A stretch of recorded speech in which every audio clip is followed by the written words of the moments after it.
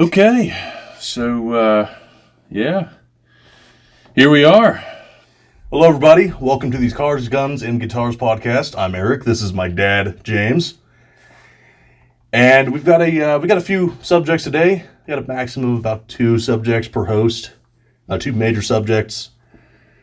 First, we're going to go to the car segment. We're going to talk about a few things beforehand. We're going to go to the item of the day. What are we going to go with today, car or gun? Today we have a 2015 Chevrolet SS. This car is a rebadge of an Australian Holden Commodore. This car features an LS3. It is a damn fine motor, a 6.2-liter V8 outputting 415 horsepower at roughly 6,000 RPMs in this model. Although the specific car outputs more like 450 at about the same RPM range. This car is a badass touring sedan that you can take the kids to school in and still burn rubber as you're leaving. This car is like a Corvette that you needed 4 doors for and to take the whole family in. This car is the epitome of muscle touring sedan and is a good addition for any family man who still wants a fast car. Hello everybody and welcome to the Cars, Guns and Guitars Car of the Day segment. Today's car is the Chevy SS. Is it 2015, right? 2015. So, we're obviously talking more about this. We talk later about the history, the Herrera, and even another Commodore rebadge that my dad used to own. So, the conditions of getting this car. Yeah. So, like you said, 2015 SS. I think I got about 16,000 on it, right? Yeah, 16.4. I bought it brand new in 2015, so yep. We'll take it on a little drive today. Completely stock, except for a tune. A tune and an intake, which you got how long after you bought it? Maybe a week. I don't think I really ever drove it stock, so. But yeah, you said you may get a blower on it eventually, so if that happens, we'll do yeah, I don't know. We'll redo about a car that. of the day on this. These things have held their value so well. I don't know that I want to. I just don't know what. Modify it. Yeah, I don't think I'll do anything to it. This is I'll just get something else and do something. This is a fun car, so. It's just a really good car to drive. I mean, it's a good driver. Touring sedan. Oh yeah. Yeah, we've had it on many trips.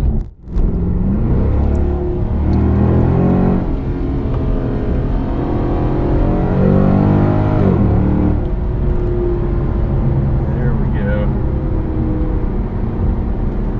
See, this video is a lot, or not video. This road is a lot lower traffic anyway. Yeah, it's a pretty decent shape. Minus the patches. So, that car you just saw driving is a Chevy SS. It relates to our first subject today. Holden rebadges here in the U.S. Namely, the only 2 that I know of, the Monaro and the Commodore. The Monaros are the Pontiac GTO. And you've owned 2 of them. Yeah, I owned a, 2 2004s. So, yeah. Now, the 2006s were known as the GOAT, right? Well, kind I of guess colloquial known. Yeah, I guess kind of both of them were known as the GOAT. But later on, I believe it was in 2006, they put the 6-liter in. Yeah, that was the LS2. Yeah, the LS1. LS1 was in the 05 and the 04. I believe the 05 and the 04. Now, were the LS motors in the ones in Australia as well? Yeah. Or were they Australian? No, I think they were pretty much an identical motor. See, here in the U.S., they're rebadged to Pontiac in the cases of the G8s and the GTOs, and they're left-hand drive. The Chevy SS is like the Chevy version of the G8. Yes, so I think when the Monaros came to be badged, in port, they were still left-hand drive here. There was some subtle cues to kind of let you know that. I think the radio was angled a little bit, and Angled to the right. yeah, I think it was angled the other way. I think they actually did the retrofit here. So, but you got some kind of interesting other cars that were badges too. The Cadillac Catera was also a Holden. Which model? It was the Commodore. Same as the it was a previous generation. Was it before the G8? Yes. Yeah, it would have been. I'd love to get to drive one of those. You ever gotten to drive one? No, I saw one when I was over in Kuwait. It was a Chevy SS over there. It was kind of cool. It was white. When I saw it over there, I said, I told myself, I will have one of those one of these days. And you kind of did. Yeah, lo and behold, had two of them. They brought the G8. Well, the GTO. I bought that one in 2005. It was a 2004 model. Torrid red. Yeah. Color was torrid red. Now everything was pretty much stock on it except the hood. The hood was was one of the later models. It was the later. I think 2005 and 6 was the scooped hood. So they kind of made some general iterational changes over the body style of that one. If I remember right, 2005 got the scooped hood, and then in 2006 they got different taillights and the LS2 motor. But I might be wrong on that. I'm not sure. Now, the G8 GTs, they kind of had an iteration of the LS2, right? It was the same block, but different heads. Yeah. It was a 6-liter. It was like... It was a different motor. L98 or L89 or something like that. It had active L96 fuel management or something like that. Yeah, it had some kind of cylinder deactivation or something. I don't quite remember. But then they had the off-the-shelf LS3 and the GXP. Yeah, that was a fun motor. You had a Vortec in your GXP as well. Yeah. So I had a exhaust from the UK. It was actually designed for the Vauxhall version. We'll actually put up a video here of me taking a video of him driving over at Fort Borman.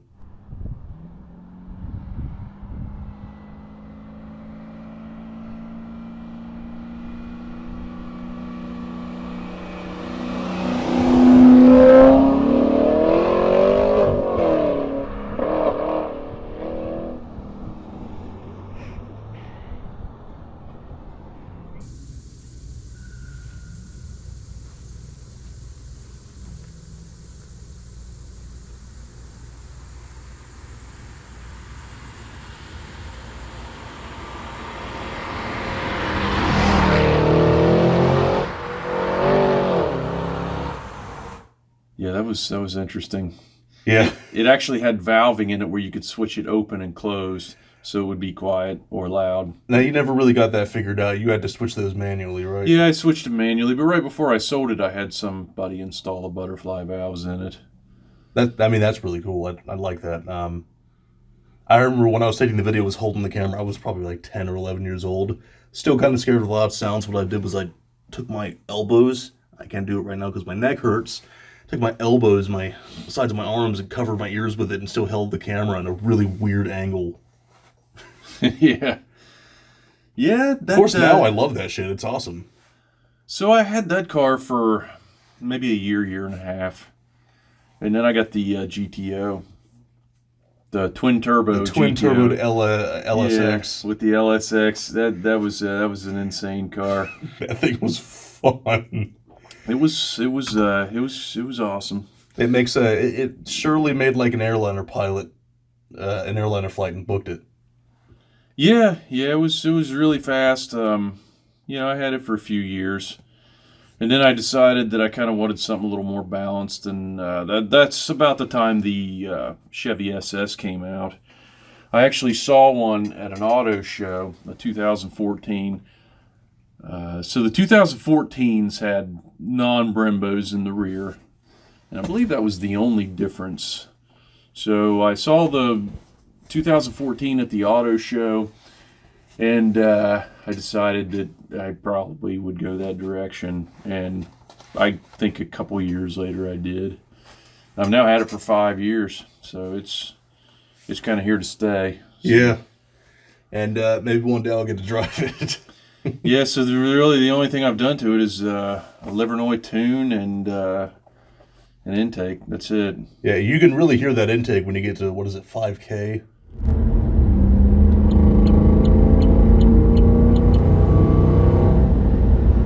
You can really hear it.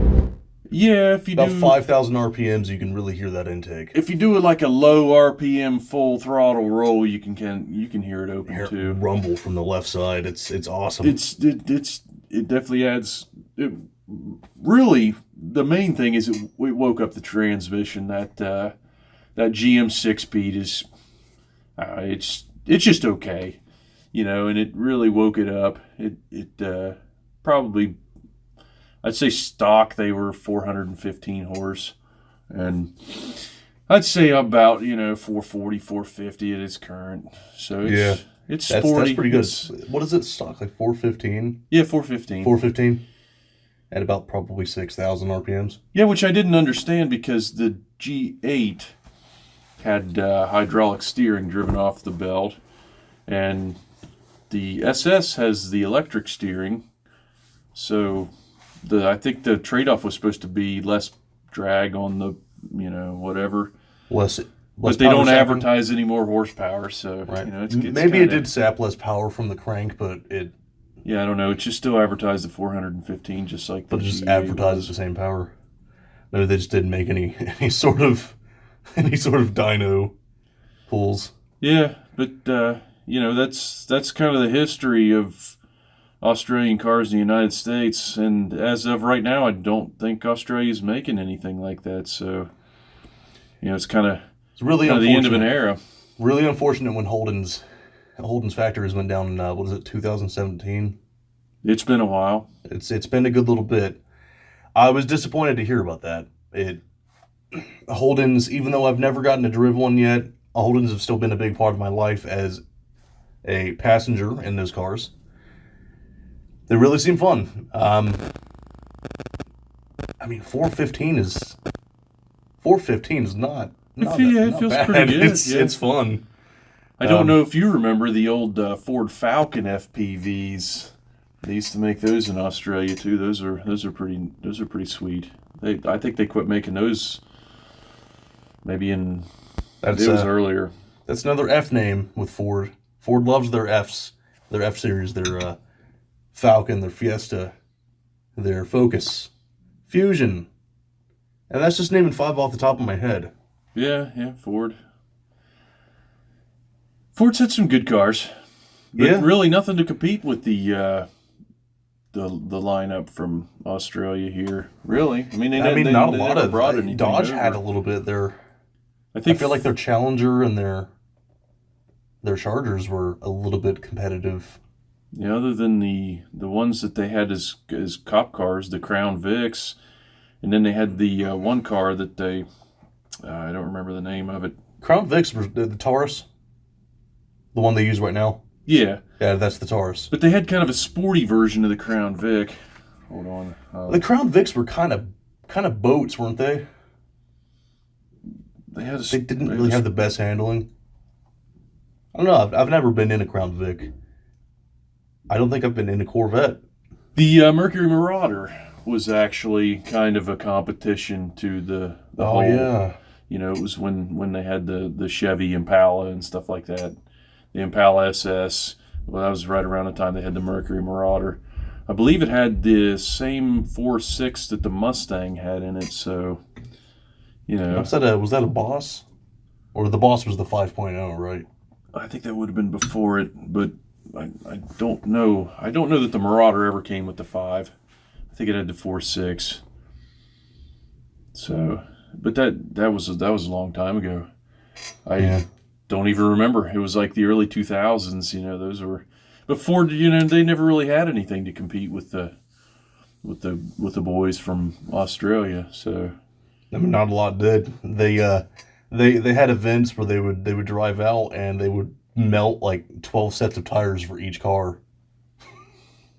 they would be they'd be burning rubber down the street the whole time. The Australians have some insane V8 events. Yeah, they view cars a little differently than we do, I guess. They apparently hate tires. Yeah, they hate tires, and they like to do these things where they barricade stuff off and do big donuts in the middle of crowds.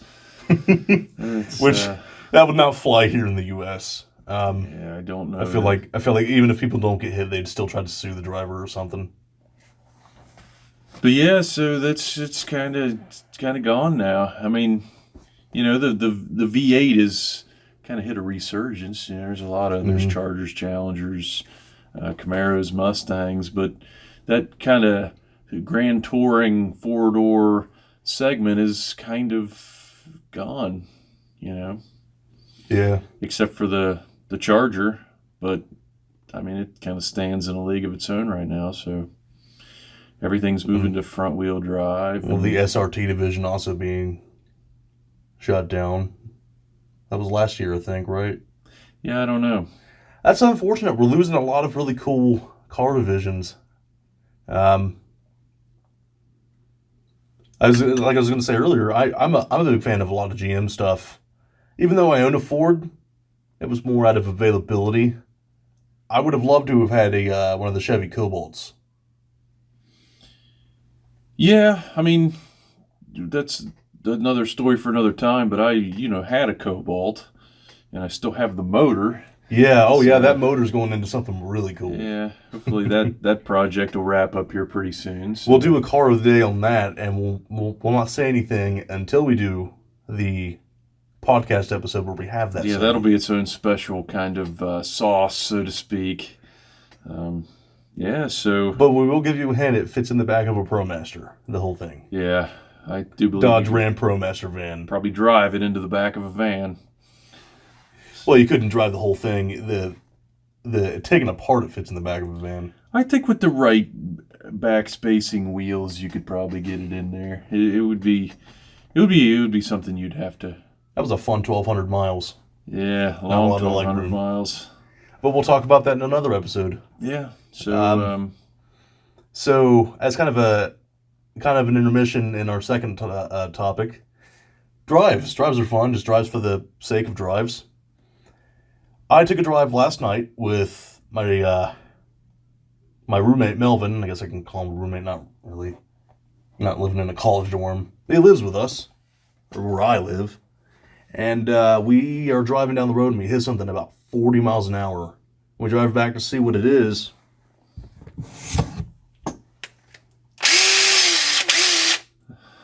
A DeWalt impact driver. We ran it over with a tire. And it works. The battery hasn't lost charge since last night. I have a battery that's in better looking condition than this. And it loses charge doing literally nothing. You could take it off the tool, put it on a shelf, next day. I think it's just a testament to the fact that how well these tools are made now. Yeah, I mean, I ran it over at 40 miles per hour in a it was run over by 3,000-pound car. A car. It's just crazy. No, I'll tell you what's a lot lighter than that. Motorcycles. So, my interest in Buells, specifically, is also like my interest in the Holden rebadges here in the U.S. from my dad. There was a time in 2006 where you were really interested in motorcycles. Yeah, so I kind of went through a little motorcycle phase. I never actually bought one, but I looked at a few. I don't remember what that one with the XB12. The XB12 is like the larger M2 Cyclone, I think. It was like the long version of the Buell XB12. Really nice orange color. They really made some really cool stuff back then. Yeah. The Buells had the fuel tank in the frame. It was just a really coal setup. I think it looked great too. That sport naked style with the the V-twin Sportster Harley that revs a lot higher than any of the other Harleys do. I feel like they rev about to well over, I'd say 7,000. Yeah, I don't remember. The Buells actually rev to an actually good amount because they're made to be sportier bikes. It's just a shame they didn't, they didn't really carry over a long time. Yeah, I feel like Harley made a mistake that they had their day and then they, moved on. But I would love one. I don't really have my sights set high, but my dream bike is kind of an M2 Cyclone. They're good-looking bikes. They've got a V-twin in them. They sound great. Well, they made the American. They made the Buell Blast for a while. Remember the Blast? The Blast is the single-cylinder 500cc low seat. Like I could probably stand up and still have time, have room to crouch down a little bit. Yeah, the Blast was. I had a guy I was in the Army with. He had a Blast. Yeah. He's a bigger guy, but he's still, he had a Blast. Work. He also had a Blast motorcycle. I mean, he had it when he went to college in Morgantown, so it was just a bike, he commuted to college and stuff with. Yeah, bikes get really good mileage too. They get good mileage. They're fun to ride. They're a whole different lifestyle than cars, but they're still transportation. If you ever ride, so when you ride with it, you kind of feel like you're flying more than driving. Yeah, like flying right above the road. Your own personal witch's broom. Yeah, bikes are a whole different experience in a car. I imagine it feels very different from driving in a car. I've only ever driven a small motorcycle at like 15, 20 miles an hour. I know what it's like to ride in four-wheelers, though, and it does feel different than in a car. It does feel even vastly different than a side-by-side. When you're in just a seat that's there, no seatbelt, all you have to hold on to is a set of handlebars, it's very different than driving a car. The only thing keeping you there is your grip and your ability to not fly over the bars if you wreck.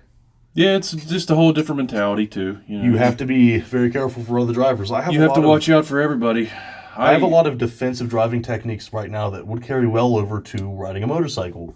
When I see people switching from 2 lanes over from me over to the lane right next to me, I slow down and I let them kind of linger there until I know they're not getting into my lane. When people turn left, I keep an eye on them as well as the road ahead of me and the people around me.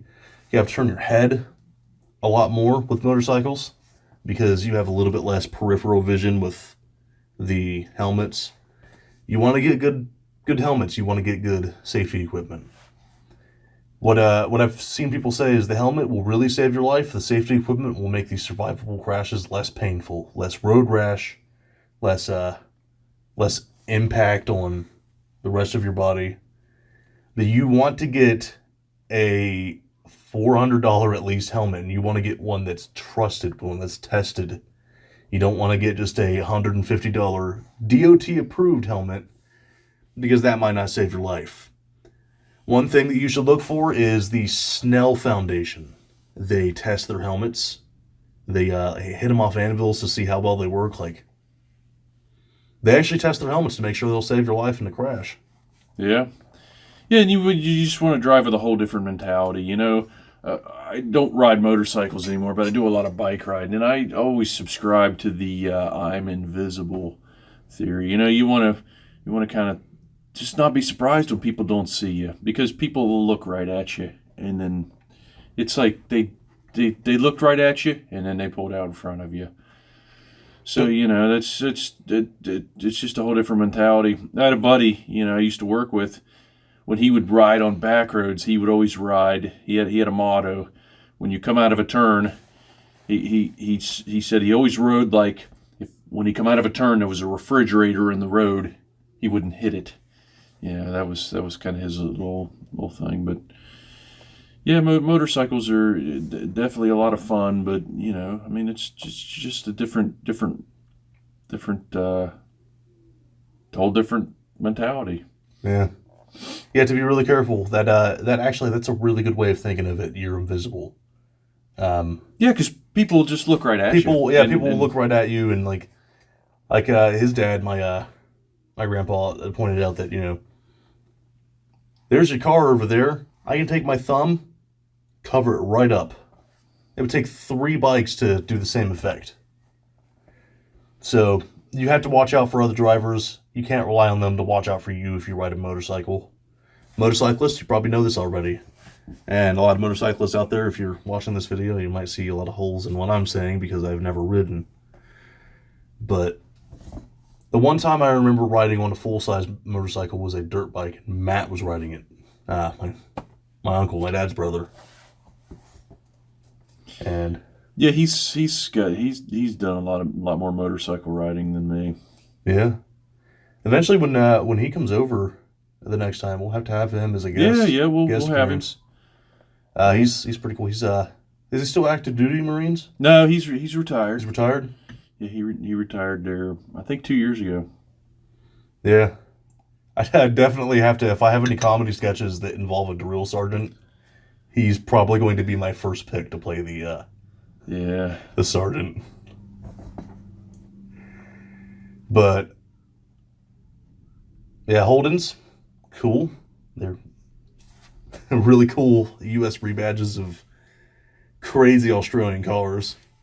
Buells, the guy's name is Erik, actually. Erik Buell. Cool motorcycles. There's a few that we've forgotten. There's the, I believe it's called the XB9. It's a 900cc V-twin. It's a lot smaller than, I think, even the M2 Cyclones. I think that's based off the Sportster motor too, is it not? Is it a smaller Sportster? I think so. Because one of my friends had the Sportster 900. I wonder if it would get out from under you easier than get out of if you would lose it more easily or less easily than an M2 Cyclone, because it's got the 1200. Yeah, and it's a bit of a lighter frame. Because you don't want to have a crotch rocket as your first bike. You remember Scott, right? Scott. Mm-hmm. Yeah. Just want to cut that out. His youngest, Kyle, got his motorcycle license and bought basically a crotch rocket as his first bike. Those of you out there, if you got the money and you're thinking of getting a motorcycle or a car as your first vehicle, which it'd be more like if you have your parents' money, don't have them get you a Mustang, and don't have them get you a crotch rocket of a bike. Get a Ford Fiesta or a it's just lower like, power Cobalt, or not a Prius. It's just like anything else. If you get a Prius, put a V8 in it and make it to where the B gear, which is for engine braking, it now becomes the badass gear. I feel like the perfect starter vehicle for an enthusiast would be a Miata. I mean, it's the default, everybody answer, the Miata. I used to work with a guy who had a Miata. He was the supervisor in tools. Now we got another girl in tools. She's from our millwork area. And the guy that we mentioned, Scott, is, his son has the crotch rocket. He used to work in our plumbing department. I'm not really going to say where I work. Our plumbing as a specialist, and then he got moved down to just a plumbing associate, and then over to the millwork section, and then he became a department supervisor in paint. Where I work, a lot of managers move around. There's only one manager, ASM. There's only one assistant manager in my store that's in the same position and is still there today. One of our managers, our assistant managers, was a department supervisor. They move around a lot. If you work in retail, you know that people move around a lot. If you're in retail for more than 5 years, a lot of people, 90% of the people are new or weren't there 5 years ago. It's a little bit of a tangent, but yeah, I think that might wrap up our car segment. We'll move on to guns. Talking about guns, we're going to talk about our carry piece, Today's carry piece is a Smith & Wesson for the podcast, the protection piece, Smith & Wesson M&P Shield in 40. Press check shows that it does have a round in there, so that's why I've got good trigger discipline, other than the fact that it's a good safety rule anyway. In a not cheap, but I didn't pay a whole lot for it, shoulder rig. The 40 magazines are 6 rounds. I've got an extended base plate magazine extending it to 7. 6 plus 1 plus a 7, that's 14 rounds. And then back up, I've got, with a trigger guard cover, a bodyguard 380. 6 plus 1, 6 in the spare. So, the AK-50 project. We haven't really looked into it all that much or on his side, but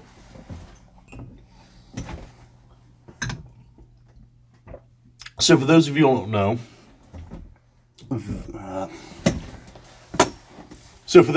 know, there's a guy named Brandon Herrera. He is known as the AK guy. He's actually the guy who got me more into AKs. I searched up what the difference is. I know that the major difference between the AK-74 and the AKMs was the caliber.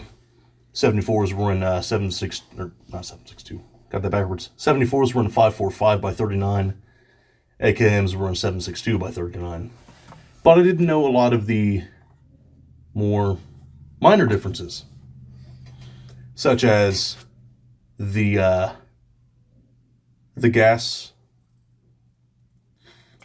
gas port angle is 45 degrees in a lot of the AKMs. It's 90 degrees in a lot of the AK-74s.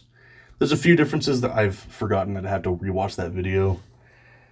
That got me into watching more of Brandon's videos. More of them got recommended to me.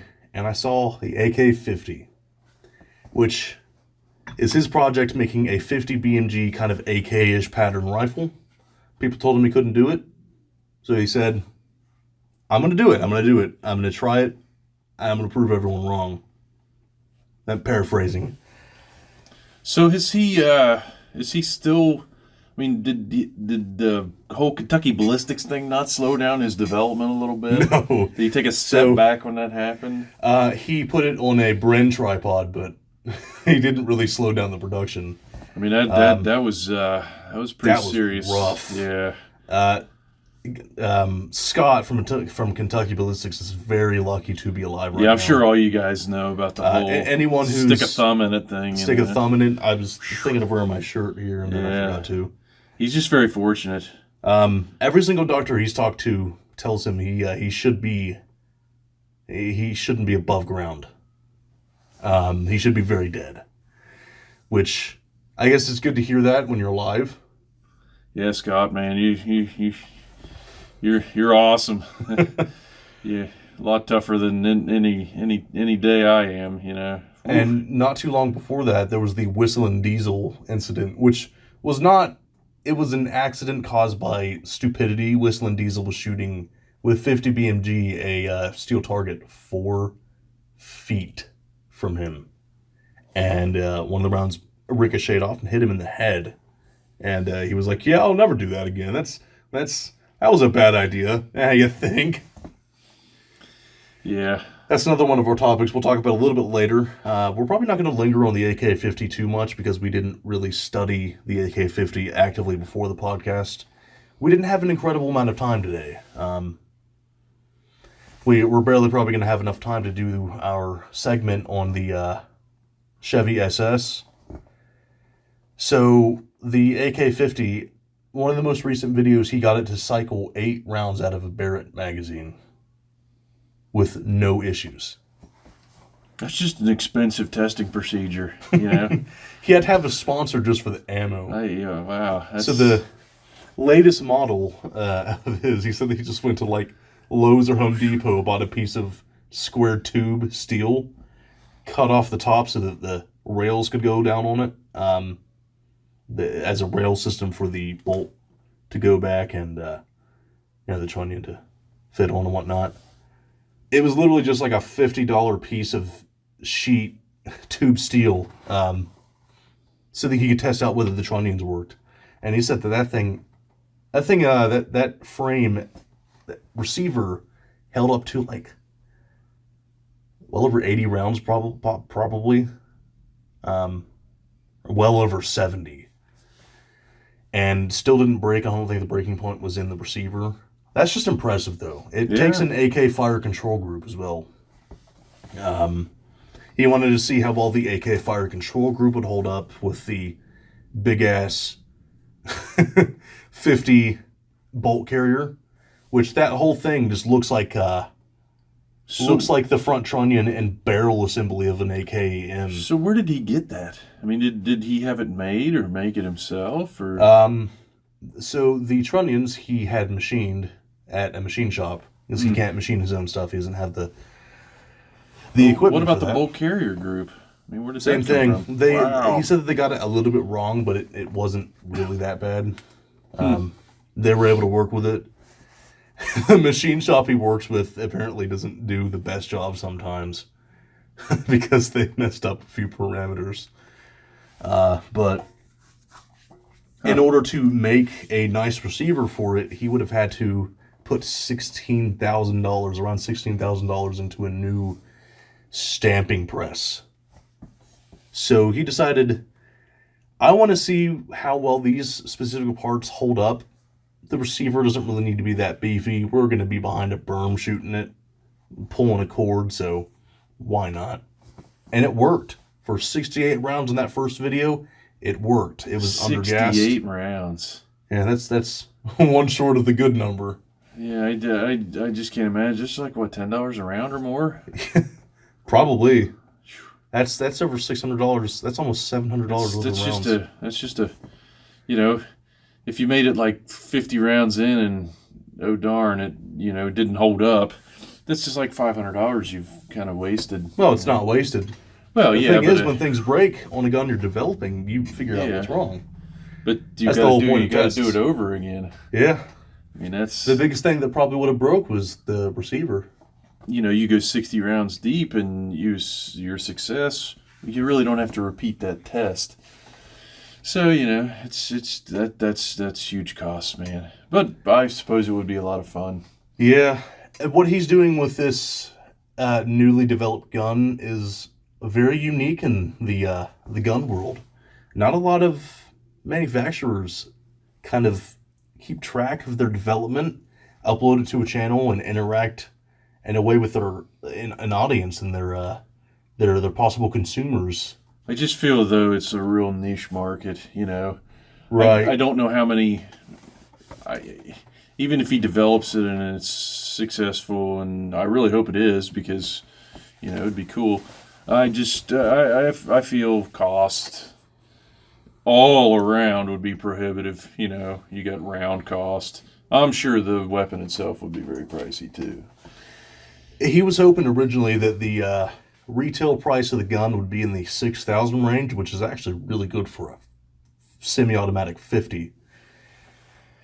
I just feel that price may be out of most people's reach.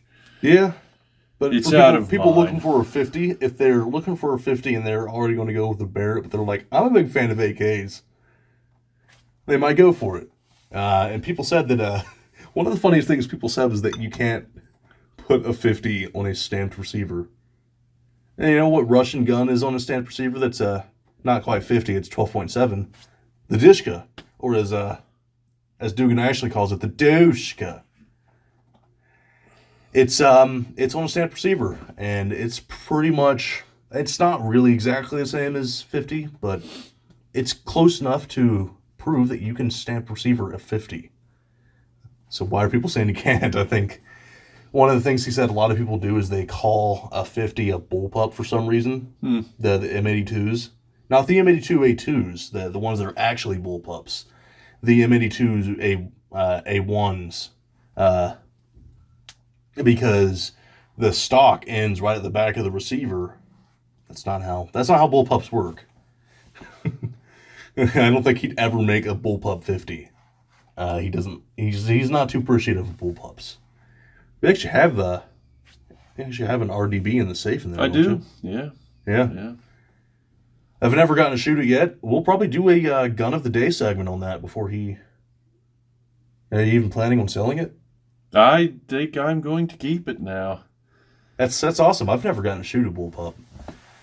You Yeah. guys will definitely see a gun of the day segment on that. And Yeah, we'll probably roll those in as we go.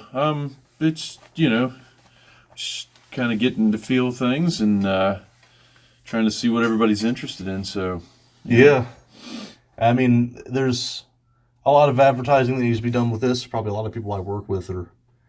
A lot of the people I work with are gun people. But we could take suggestions, for gun of the day, and Yeah. I mean, even people in this area. If you're in the Mid-Ohio Valley area, particularly the Vienna, Williamstown, Parkersburg area, and you got a cool gun you want, I mean, we're open to it. Cool gun, cool car, or a cool musical instrument. yeah, Yeah, I mean, we'll have a page up on Facebook, hopefully, if we're not that dumb. But definitely would love to have some cooler stuff on. yeah, we'll be rolling through some stuff, cars, guns, music, tools, man stuff, just general. Yeah. If any of you out there have run over a drill or a sawzall or any tool and it's still working, bring it to our show. Yeah, we'd like to know if anybody's run over anything kind of more ridiculous than that, And when, I'm going to keep this. yeah, So, we'll move on to idiots with guns. So, Brandon Herrera has this series called the Darwin Awards, where people are stupid with guns. So, one of the ways you can win a Darwin Award without dying is getting a vasectomy with maybe a round of, say, 380. Of course, these vasectomies are a little bit unwilling. No one's just going to take their gun and point it at their wobbly bits. But I don't. we watched a video recently where this guy, or I did, on the Darwin Awards. He doesn't show a lot of the graphic stuff, where some guy made a bulletproof crotch plate and decided to test it out by having someone shoot it with him wearing it. So they call it the cod piece, and he shot the cod piece with. It actually looked like a 22 to me. Yeah, you've seen that video? Yeah. That might be a Darwin Award, because the Darwin Award takes you out of the gene pool. That's still a lot Which of energy means- to expend right there. Which just means no good. bullet vasectomies do count as a Darwin Award if they're due to your own stupidity. Yeah. So I guess you can win a Darwin Award without dying. There's other ones, like we were talking about this. We got the Makarov out for this, and there was an incident, an unfortunate one in Russia, where these Russians probably got drunk, and one of them took the Makarov and he put it up to his head and he actuated the decocker, and then he hands it to his buddy, and his buddy pulls the slide back, puts it to his head, and pulls the trigger. And there's a live round in it. And Yeah, it's a kills him. mistake you can only make one time. Yeah. Unfortunately. I mean, unless you're so drunk that you slip and you fire it in front of your face. It looked like he was successful, and He was successful in yeah, winning a it Darwin Award. Didn't look good. It's unfortunate. Actually, that's the second Russian gun that was featured in an actual Darwin Award in those videos. The other one, this guy had a PPSH 41. He was trying to shoot it. He pulls it up. He pulls the trigger. It doesn't work. He does it again. He looks down the barrel, pulls the trigger, and he there was a bullet in there. One of the things that happens a lot is in Pakistan, they do a lot of dumb things involving live rounds, the sky, and fully automatic firearms. Sometimes those rounds don't make it to the sky, and instead in a little more of a forward area, and sometimes people get hurt. I think a lot of those countries, guns aren't a culture. So There's no culture behind guns, They so don't know there's how no to safety respect a culture behind firearm. guns. They just kind of think they don't really understand the full mechanics behind a firearm. So they don't understand what kind of force comes out the end door. It's just not a culture like the U.S. where they don't know how much a machine gun gun's safety gonna is preached, and there was another video. No one got hurt. I think this is the video where the guy was shooting a PKM in the air and it comes down. One of the rounds goes in between two people. One of the things Brandon pointed out was like Brandon Herrera. Again, we don't personally know Brandon. We're in West Virginia. We live nowhere near South Carolina or Texas. It was like, I don't know how that guy that almost got hit didn't take that PKM and beat that guy to death with it. But I guess it's just because there's a culture in the U.S. behind guns, and when there's a culture behind things, there's a safety culture behind things. Very much so. And then we have, it's not like you can go down to the gas station and buy a gun. You have to be a certain age limit. There's responsibility. There's paperwork. Forms and stuff like that. A lot of these countries, it's just, guns. They can go wherever and buy a gun. There's no regulations in like Pakistan. Just pick one up in an abandoned building or something. It's just totally different. AKs, they really are so easy. A child can use it. Yeah, and they do. Yeah. Child. There's a lot of armies out there that use children as their soldiers, which is unfortunate, but that's where that Lord of War line comes from. That's a great movie. We've got to watch that one day. As someone who's getting really into AKs lately, that would be an awesome movie to watch. I'm gonna talk about your PSA AK. Yeah, we'll get that in a future video. We'll make that maybe a gun of the day segment. So yeah. One of the things like people love to say, you can go down to the grocery store and buy an assault rifle. I was like, where? I can legally buy I'd like to know where this grocery store exists. I can legally buy an M4 without a background check at a Kroger? Which Kroger? That's awesome. Well, people always say the gun culture in the U.S. is out of control. The gun culture is the reason that safety rules exist. The gun culture is the reason that, you don't point at anything you're not willing to destroy, even with a gun is not loaded. You got to know your target and what's behind it. Cultures, that's why cars have had a lot of safety rules behind them, a lot of well-known, you don't want to be dumb with cars, because when you do, pedestrians, other drivers can get hurt, killed, cyclists, motorcyclists. Of course, a lot of people don't follow those last two parts very well. No. And a lot of the dumb can be in not even the driver.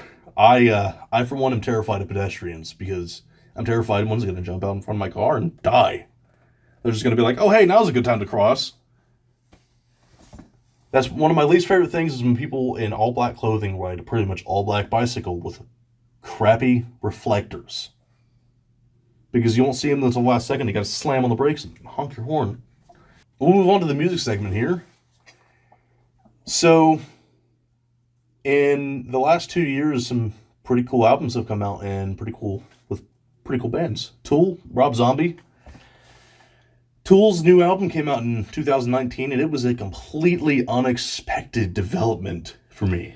I was watching a Tool video, and someone said something about Fear Inoculum, the album. I was like, okay, I know there's Undertow. I know there's Anima.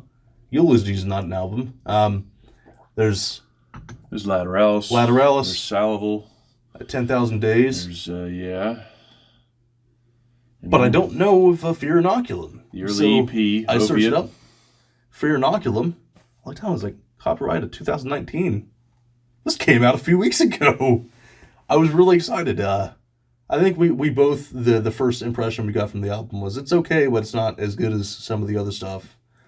And then it's just like any it's other something you got to warm album. up to. You really got to warm up to it. It's amazing. You have to listen. But you have to listen to it over and over and over again. That's just the way. Maynard's lyrics are just the whole experience has to be kind of warmed up to. I guess is the words I'm looking for. Yeah, Adam Jones, their guitarist, got really really good in the 13 years in between albums.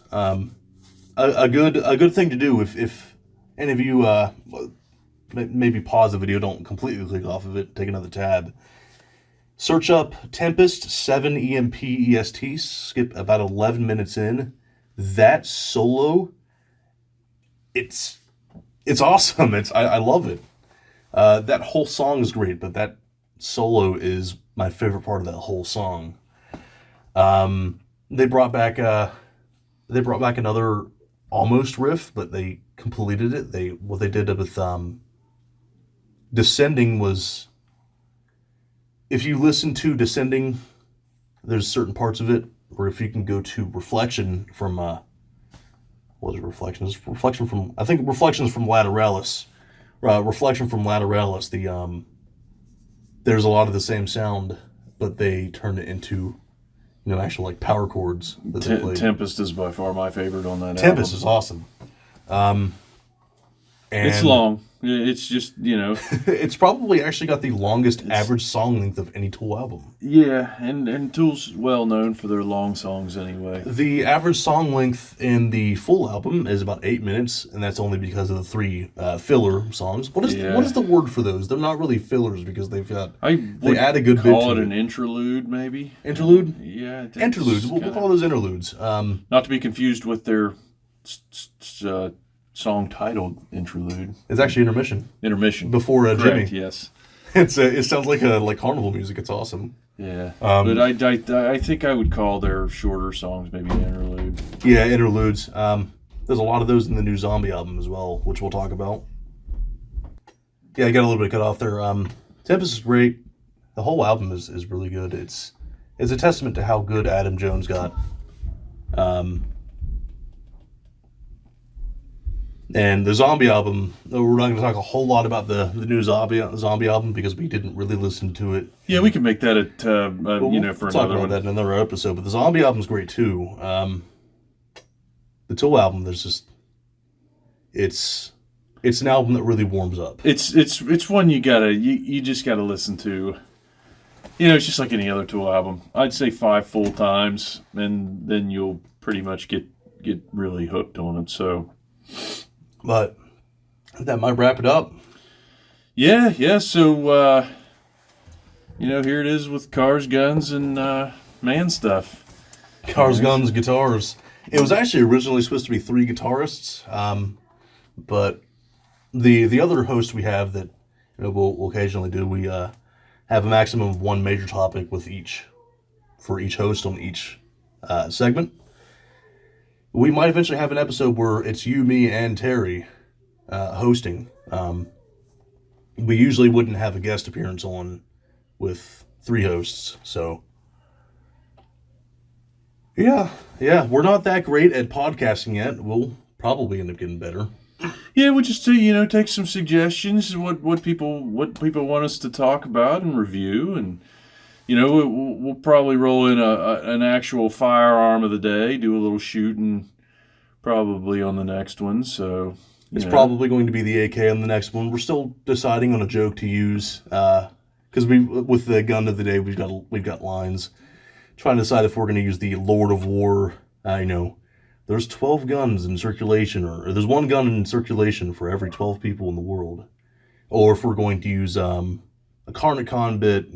There's a lot of stuff.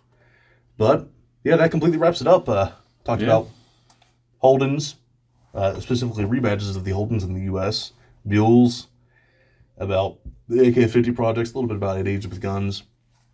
Be safe, people, when you go to the range. And remember, and Tool. Empty magazines do you no good. Catch you later.